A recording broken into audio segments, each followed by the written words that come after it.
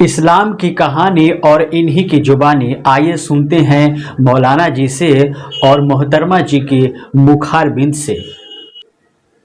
इस्लाम के मानने वाले को अपने धर्म पर कितना विश्वास है ये स्वयं बता रहे हैं और ये अपने मजहब को कितना सही समझते हैं, इन्होंने कितना समझा है।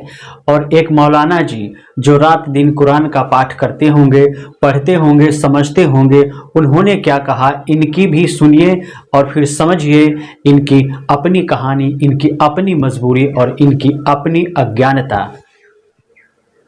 दोस्तों, इनके मजहब के बारे में मैं स्वयं बताऊंगा इनके अपने मजहब की सच्चाई क्या है और सनातन धर्म क्या होता है। देखिए इस वीडियो में और सुनिए, आपको मजा भी आएगा और ज्ञान भी होगा।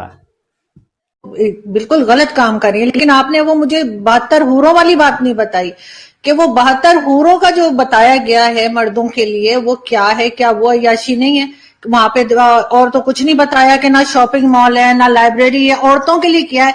फॉर एग्जाम्पल मैं बहुत अच्छे काम करती हूँ, सारे इस्लाम के रूल फॉलो करती हूँ, मैं जन्नत में जाऊंगी, मुझे वहां क्या मिलेगा?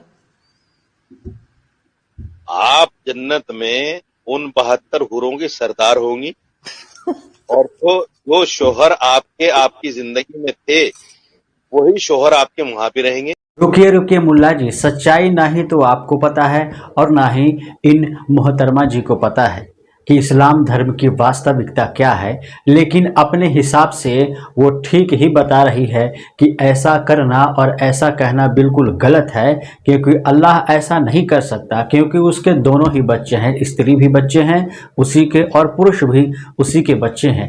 तो मेल के लिए इतना सुख सुविधा, इतना ऐशो आराम और फीमेल के लिए कुछ भी नहीं। वो सोच सकती है, समझ सकती है कि आखिर माजरा क्या है। इस्लाम में महिलाओं को कितना इज्जत है, कितना प्रतिष्ठा है, इस बात का ज्ञान उनको स्वयं है, वो समझ सकती है, तभी वो आपसे बहस कर रही है और जवाब भी मांग रही है।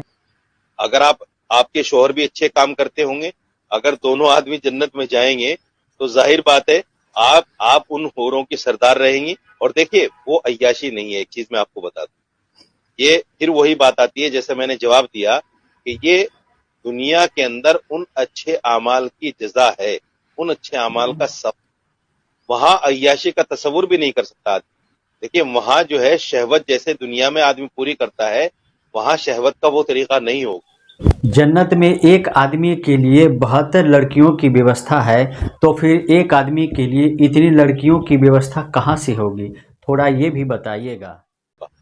ना वहां कोई नापाकी है, ना वहां कोई इस तरह की कोई चीजें है, ना वहां आदमी का मन इस तरफ जाएगा। वहां तो जन्नती सिर्फ एक चीज को सोचेगा कि अल्लाह का दीदार मुझे कब होगा, अल्लाह का दीदार मुझे कब होगा। और मुल्ला जी, ये बात कहकर आपने तो बिल्कुल कमाल ही कर दिया कि अल्लाह का दीदार करने की आशा होगी, वो अल्लाह का दीदार करना चाहेंगे, क्योंकि मजहब इस्लाम में तो अल्लाह को बेचून माना गया है। वो तो भगवान को, वो तो अल्लाह को निराकार मानते हैं, वो तो साकार मानते ही नहीं है। तो फिर वो दीदार किसका करेंगे, वो दर्शन किसका करेंगे? इस बात को भी थोड़ा क्लियर कर दीजिए। मौलाना साहब, मर्दों के लिए 72 हूरें और औरतों के लिए वही वाला शौहर जो यहाँ पर है, ये तो बड़ी गलत बात है। औरतों को भी तो कोई चॉइस दीजिए ना, औरतों के लिए भी कोई अट्रैक्शन रखिए। क्या औरतों का दिल नहीं है? ये क्या बात हुई? औरतों के लिए वही शौहर, अगर शौहर के साथ ना बनती हो, बेशक बहुत नेक हो, लेकिन इस दुनिया में शौहर ना पसंद हो, किसी तरीके से उसके साथ जो है गुजारा कर लिया, वहां जाके फिर वही गले पड़ जाएगा, ये तो अजीब सी बात है। और आप लोग 72 हूरें लेके घूमेंगे, और हमारे यहाँ तो मौलवी बहुत कहानियां बताते हैं 72 हूरों की कि किस तरह की होंगी, ऐसी हसीन होंगी, ऐसी होंगी।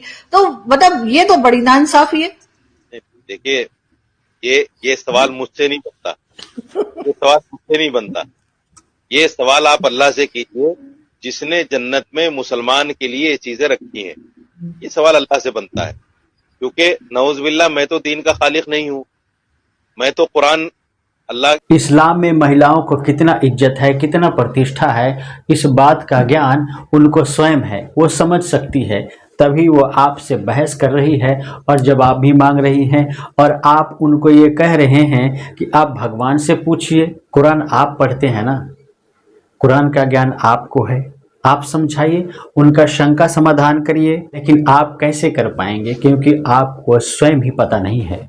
अगर इस्लाम में सारी बुराइयों को छोड़कर, यानी दारू, शराब, मीट, मछली, किसी भी प्रकार का नशा करना, ब्याज नहीं देना, ना दहेज लेना देना, किसी भी प्रकार का बुराई नहीं करते हुए अगर पांचों वक्त का नमाज पढ़ते थे और जो भगवान का यानी अल्लाह का सच्चे हृदय से इबादत करते थे, उन्होंने कभी भी किसी दूसरे मजहब के व्यक्ति को कोई कष्ट नहीं पहुंचाया, न ही कोई आतंकवाद को कभी बढ़ावा दिया। तो ऐसे मुसलमानों के बारे में भी कबीर साहब कहा है, क्योंकि उनको इस ब्रह्मांड के विधान को पता है। उन्होंने ये कहा है कि पांचों बखत करे थे रोजा और तिनके कहीं न पाया खोजा। आप पूरी तरह से इस्लाम को फॉलो कर रहे हैं, फिर भी आपको कोई जन्नत नहीं मिलेगा।